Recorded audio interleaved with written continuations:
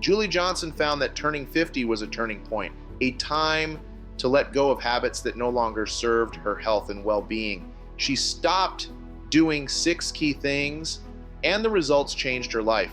More energy, better health, and a stronger sense of purpose. If you're approaching 50 or already there, these simple changes could make a big difference. Here are the 6 things Julie Johnson stopped doing for better longevity. Once you hit 50, it's kind of like there's a switch that flips into this like 0 F's given mode. You know what I'm talking about? You finally start putting yourself first, and you let go of a lot of the BS around you. So now that I'm 60, I'm sharing all the things that I stopped doing over the last decade that's made me feel and look better than I ever have. So here's the first one. I stopped stealing from sleep. Sleep is mission critical as we age, and no, you don't need less as you age. No, you don't, because this is what you do for growth hormone and repair. And what you measure and monitor, you can improve. So I'm big on using trackers. I love the Oura Ring for sleep. Now, I got to say a little caveat on that. If you wake up and it said you had a bad night's sleep and you feel great, ignore, right? But use it to really learn something about what's working for you. Here's where I love to use it: when I'm time zone adjusting, or let's say that I'm going somewhere and it's just going to be a later night. What I make sure that I do in those situations is that I make sure I have time to sleep in. I make sure that I have time to adjust to that time zone. I don't try to be superwoman here. I always travel with an eye mask and earplugs, you just never know, and sleep candy and magnesium, and also phosphatidylserine. That's another thing I'll use to help myself time zone adjust. The second one, and holy smokes, I wish I'd done this in my 20s. I was not taking care of my nervous system. I was really kind of bashing it and taking it for granted. But during the pandemic, I decided to finally get into meditation, and I went to a Dr. Joe Dispenza meditation retreat, week long. Like when I go in, I go way in.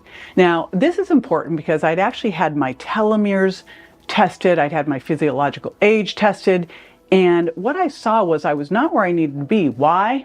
Because of stress. I've been under enormous stress throughout my life, and especially in the last 11 years with my son, who had a traumatic brain injury and who's been still healing from that. And as we know, stress is super aging and also super catabolic. So I've done all the other things that I need to do. I did the supplements, I was working on the sleep, and I was doing high intensity interval training, but I hadn't done the one thing that was the big thing that really helps here, and that is some kind of mindfulness practice that helps reset your nervous system. So I went into this meditation retreat and I was super excited, and by the end of the first week I was super frustrated because I wasn't really getting anywhere, and everybody around me was like making all these improvements, and I just thought, you know what, I'm going to take my nervous system and put it in the same type of workout I would my body.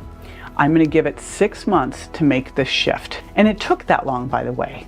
But I was commenting to my husband the other day, the difference now of having this meditation practice on board is everything in terms of my nervous system. So that is one that if I could rewind the clock, I would have started that not just before 50, I would have started that probably in high school.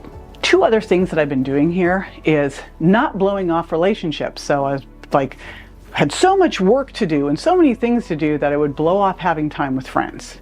And I would prioritize work over friends, which is what I call underfunding, right? Overworking, underfunding. So I started to make sure that I had time with friends, but I also started to make sure that I was planning fun things. We live in Tampa, we have great activities going on all the time here, so I make sure that I plan fun things like concerts and trips, etc., and things especially that are non-refundable. So you can't back out. Now, the next thing that I should have done sooner is to stop drinking wine every single night. When I met my husband, Tim, I'm gonna blame him because he's not here. When I met him, we got into a little bit of a rut, just where we would like end the day. We'd start cooking dinner together. We'd pop open a bottle. It was Dry Farm wines, of course, but every night. And you know what happens when you do that? It's going to impact your sleep a little bit. You have a little bit higher body fat. As you're drinking the wine in the night, you're not getting anything accomplished. You're just like, vegged out on the couch. And the deal with alcohol is if you're drinking alcohol with dinner, your body's got to metabolize the alcohol before it handles anything else. So you're not burning fat. you're metabolizing alcohol. And so what we finally decided to do, I don't even know how we came to this conclusion, but we just knocked it off. We just said, we can do this, on a weekend, we can do it when we go out, but this no more like every night thing. It wasn't that big of a deal after all. The next one is under eating protein. Now, I've always been one of those people that feels best eating more protein. And given the option between like a chocolate cake or a steak, I will take the steak every single time. Love protein. And I usually eat about 150 grams a day, sometimes more, but I wasn't tracking it before. And so I wasn't always hitting the amount I needed, and especially I wasn't always hitting the amount I needed in the morning. Now this is really important as we age, 40 plus, because as we age, we get something called anabolic resistance, where our body cannot take that protein and help us do muscle protein synthesis as well. So we actually need more. And so I put together a protein calculator, you'll see it down below, that you can link into, so you'll find exactly what you need based on your age, your sex, what all you're into, if you are working out, if you're recovering from surgery, etc. But the big important thing here is not only do you need the right amount of overall, you also especially need the right amount in your bumper meals when you break your fast in the morning and the last meal before you go to bed 3 to 4 hours later. And the calculator will help you figure that stuff out. The next one, coasting with my same old routine at the gym. Holy smokes, I was going into the gym, doing my same old thing. The only thing that saved me from myself was the fact that I traveled so much that I couldn't totally do the same old thing because I was in different places with different equipment, but I still wasn't really pushing myself. I was doing my 8 to 12 reps. Could I have gone further? Oh, totally. And I wasn't incorporating any power moves. Now here's why that matters. As we age, we've got two types of fibers, type 1 and type 2. And type 2 fibers, those are the ones that really help us with these quick explosive movements, really moving stuff, gripping stuff, pushing stuff. Those are the ones we tend to lose. As we age, starting around age 40, some people say it's around age 35, we can lose up to 1% of our muscle size a year. But that's not the scary part. We can lose up to 2 to 4% of our strength and 6% of our power. So when you really look at what we need to do with our exercise routine, if we're doing the same old thing as we're aging, we are slowly declining. And what you want to make sure of is that you're trying to keep as much or build as much as you possibly can so that when you do start to decline, you've created a really good base. So I just went, you know what, this is it. I'm going to really push it. I'm going to lay on as much muscle as I can, get as strong and as powerful as I possibly can. So what did I do? In order to get myself out of the rut, I went to a local high-intensity interval training class. And I always know I'm in the right place if I walk into the class and my husband and I walk in and they're like, you sure you want to do this? We were the oldest people in the room. Everybody in there is like sprinting on the treadmills to get warmed up, and they are about 20, 25, and we're like, yeah, we want to do this. Game on. And what happened during that HIIT class, it was a HIIT power class, and they had us